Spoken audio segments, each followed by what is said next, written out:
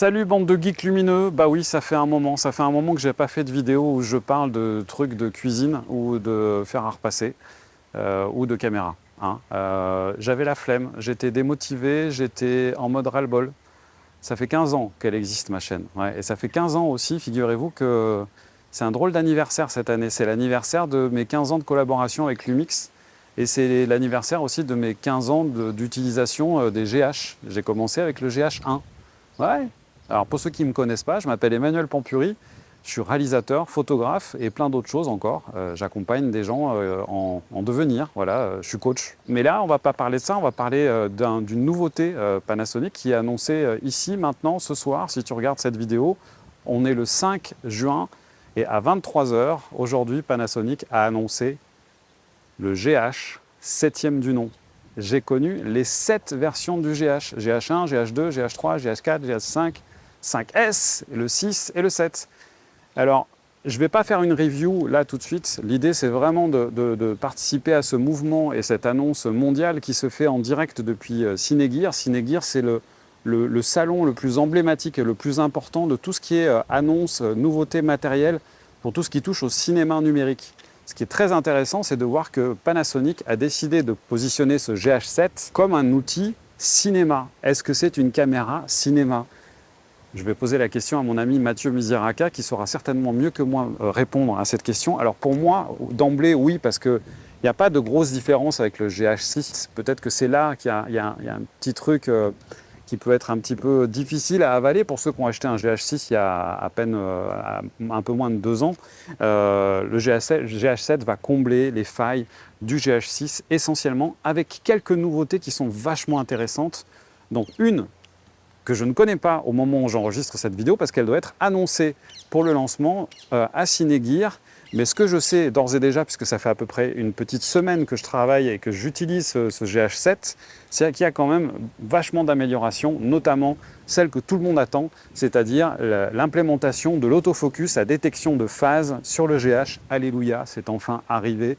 On a quelque chose qui est vraiment efficace et on bénéficie de tout ce qui a déjà été mis à jour et sur le S5 II, S5 IIX, sur le G9 II aussi, et plus récemment sur le S9, à savoir des détections améliorées. Là, on parle de différents véhicules, les oiseaux, machin, tout ça, c'est Panasonic progresse. On n'est toujours pas à la hauteur de ce que font les meilleurs, qui sont pour moi encore Sony et Canon, mais ça, petit à petit, Panasonic rattrape vraiment son retard et on a vraiment un gap. Là, il y a un saut quantique qui a été fait en termes de performance d'autofocus.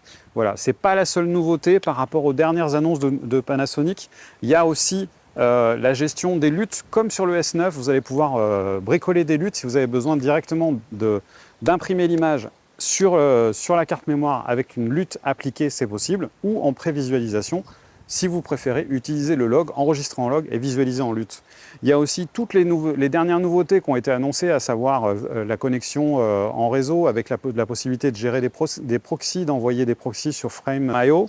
Et les 3 grosses nouveautés sur ce boîtier qui, moi, vraiment m'éclate, c'est l'enregistrement ProRes RAW en interne en 5,7K. Oui, vous avez bien entendu. C'est la première caméra au monde dans cette gamme de prix-là, dans la fourchette 2000-2500 balles, qui fait du ProRes RAW en interne sur un enregistrement sur des cartes CF Express ou sur du SSD en externe.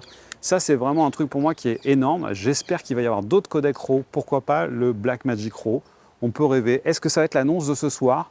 Ça serait un alléluia aussi, parce que vu que c'est la guerre entre les deux fondateurs de Atomos et Blackmagic de l'autre côté, ils ne peuvent pas se piffrer, les deux Zazou là.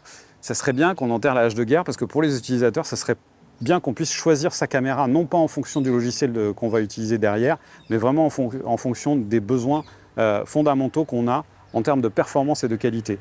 L'image, elle est juste ouf. Pour moi, il y a un vrai truc en plus dans cette image-là. On est sur un produit qui est, pour moi, positionné un petit peu plus haut dans la gamme chez Panasonic en termes de qualité d'image pure par rapport au S5, au S5 IIX notamment, avec des codecs qui sont un peu plus musclés, avec plus de choix de codecs, avec tout un tas d'avantages. Je vous invite à aller voir la vidéo que j'ai faite sur le GH6 à ce sujet qui sera un petit peu plus complète. Et l'autre nouveauté, et pas des moindres, c'est le premier boîtier à l'échelle mondial qui sort, caméra, hybride, photo, vidéo, qui sort avec, vous voyez ici, j'ai mis un petit adaptateur. Il y avait déjà un adaptateur XLR qui se branchait sur les GH et sur les Lumix S avant, avec une connectique XLR. Et la grosse particularité, c'est que maintenant, on va avoir du 32 bits virgule flottante en interne sur le boîtier. Ça aussi, c'est vraiment pour moi quelque chose de très très important. Le nombre de fois où j'ai eu des interviews, des enregistrements dans des concerts, où d'un seul coup, il y a un chanteur qui crie, il y a la personne qui fait l'interview qui tousse, un avion qui passe et d'un seul coup, le son est super saturé. Au cas où tu ne saurais pas qu'est-ce que c'est que le 32 bits virgule flottante, c'est un petit peu considéré comme le RAW pour le son, à savoir que c'est un mode d'enregistrement avec une quantification qui est nettement plus élevée. Panasonic était déjà les premiers à faire du 24 bits 48 kHz sur 4 canaux.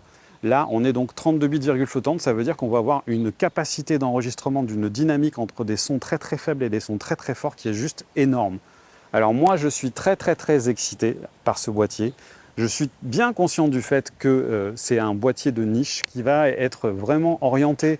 Pour moi, c'est un outil parfait pour le documentaire, pour le reportage, pour la création cinématographique du court-métrage, du clip et ce genre de choses. C'est un boîtier à considérer comme étant une caméra vidéo, petite caméra cinéma, qui est vraiment super chouette. En tous les cas, je pense pour moi que ça va être mon nouveau chouchou.